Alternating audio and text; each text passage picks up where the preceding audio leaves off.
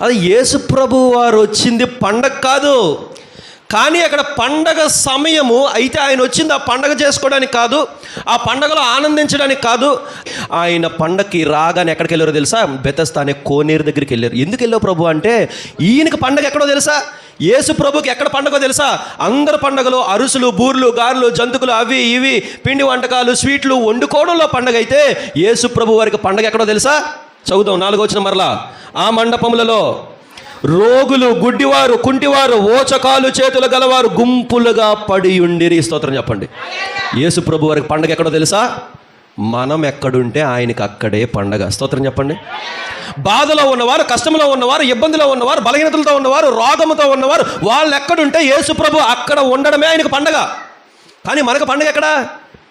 మన బంధువులు వస్తేనే మనకు పండగ, కానీ యేసు ప్రభుకి మన దగ్గరికి వస్తేనే ఆయనకు పండగ. స్తోత్రం చెప్పాలి.